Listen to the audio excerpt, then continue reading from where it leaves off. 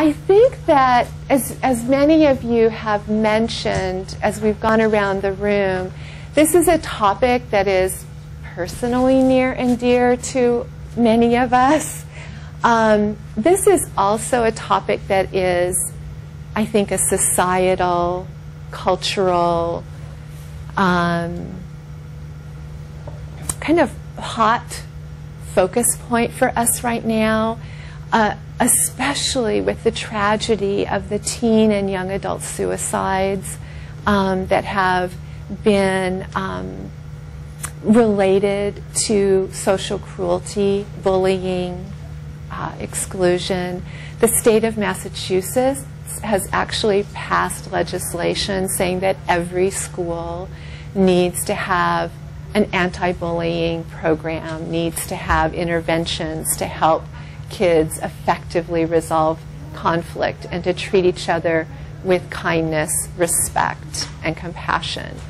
And so it's something that I think we're thinking about a lot more as a society as well, and thinking about the different components that we need because there is so much suffering connected to social cruelty.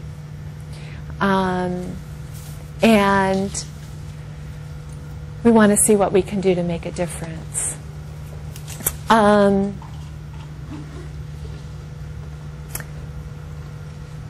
What? Yeah. Because when you were talking about all the different concerns, Yeah. I was in my head thinking about society and the responsibility and the role we have and how we play with that. And I was thinking of movies like Mean Girls that perpetuates this whole Yes. thing. I was thinking about how many of our children, there's only one TV in the home, and these are like little tiny apartments. And if mom's watching a novela, but even soap operas, which is the equivalent of a novela, they perpetuate a lot of these myths and interactions. And in the morning I'm getting dressed, and the Today Show's on, but then there's a commercial about Days of Our Lives, and it's these two women competing over men. So I really do think that we do, as a society, have a big responsibility for the consequences of girls now bullying. It's being posted on Facebook. Yeah, let me just springboard off of that. I really appreciate you bringing up the issue of the media and what gets attention. That it makes for good sitcoms. It makes for successful, financially successful films, movies. An interesting article in the Boston Globe a few months ago was by a journalist who spent some time doing a content analysis of children's television.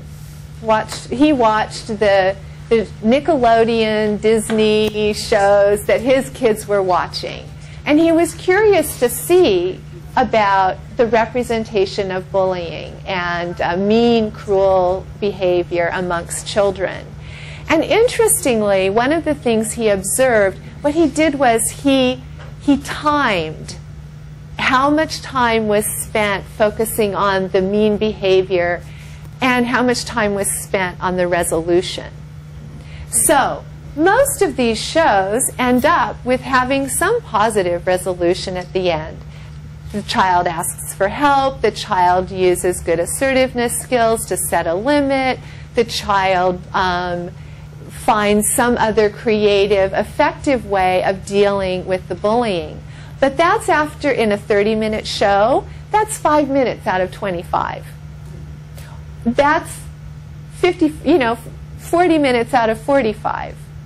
It's not the focus. The focus is not on the solution. The focus of the time, so what kids are seeing is the mean stuff. And I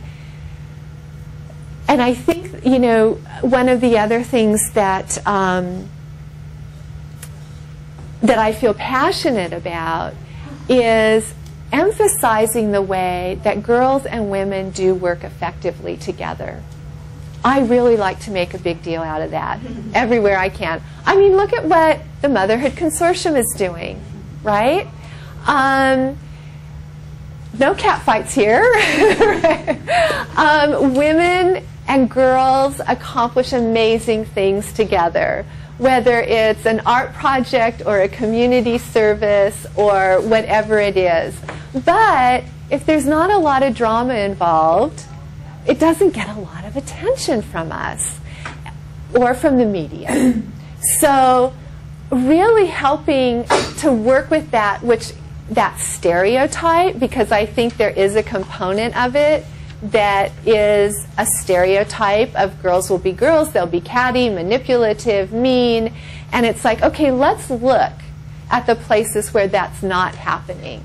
Let's look at the places and the moments and the activities where girls are working together, where really shining the light on that. We spend a lot of time shining the light on the novella drama, but what about those other moments? And I think that that is a very important and effective strategy for families, for educators to implement, is noticing when girls are working together effectively, because it happens a lot.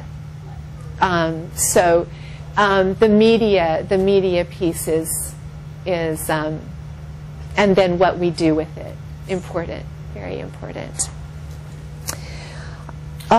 Yeah, Roberta. I'm thinking of the workplace again, because we all are in workplaces. I heard you two gals talking, and we're immediately thinking about some of the large child care centers we consult with and their staffs and what's going on. They shall be nameless. But you know what I'm thinking about, just a little aside, I have an adult daughter. She's 30 years old. She's getting her doctorate in reproductive public health. And she went to the workplace. She went to university, and she worked for 4 years in the Family Health Council, which gives out all the Title X money for the state of California. And she immediately got into a workplace that was just horrible. And you know, she couldn't believe it. And I was on the outside observing her trying to deal with a pretty toxic environment, all women, because who's in reproductive public health? Women. And it was interesting watching her go through that. But what saved the day was a new director came in who knew how to do well everything you're talking about, who we could have shown the light on. And she, due to her leadership as a leader in an organization that was predominantly with women, just changed the whole climate and environment by setting some standards of behavior, which to Rebecca said, Mother, they're acting like the 12-year-olds at Poly that I went to school with, that we struggled with. But the women were still behaving in that way in the workplace.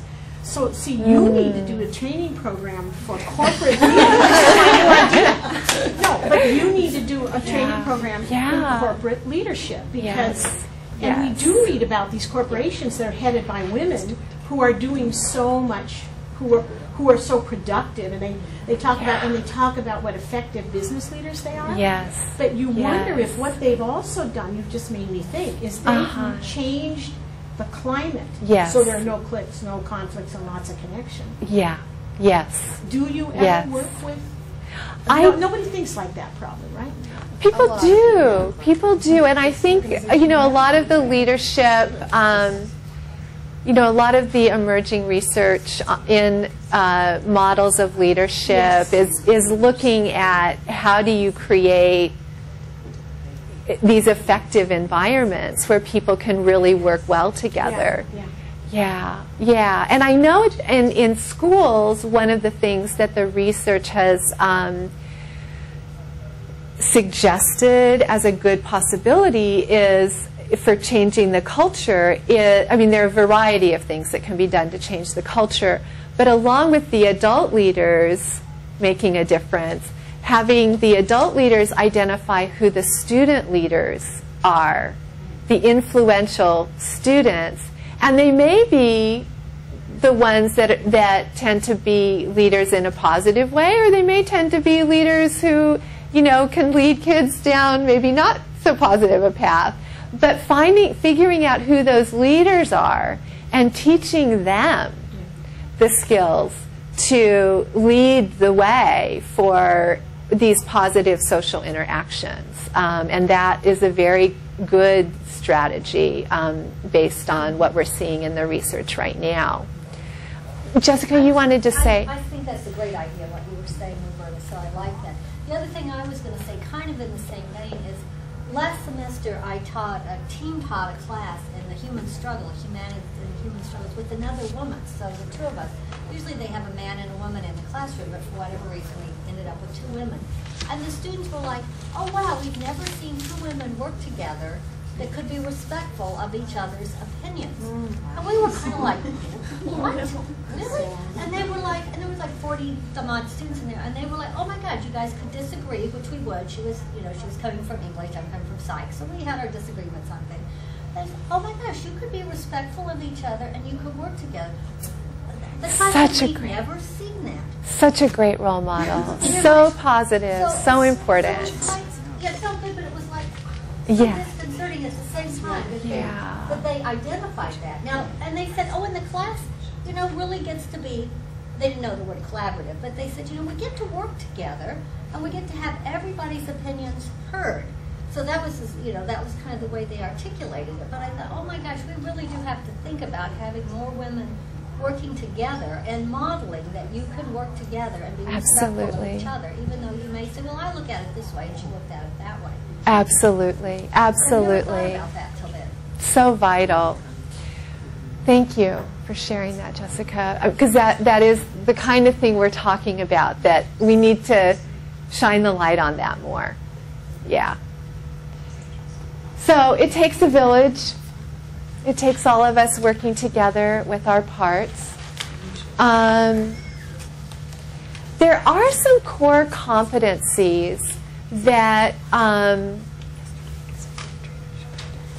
really key to social and emotional development. And I really like the core competencies that have been organized by the social and emotional intelligence community. The work of Daniel Goleman, who you may know as the author of many books on social and emotional intelligence, and the whole cadre, the whole community of people that have contributed significantly to our understanding of social and emotional intelligence. There's an excellent website called the CASEL, it's CASEL.org, the Collaborative for Academic, Social, and Emotional Learning website. So it's CASEL.org. It's listed in your resources. At the end of your PowerPoint, I've given you a lot of books. Book recommendations. I've also given you a number of website resources, and CASEL.org is on there.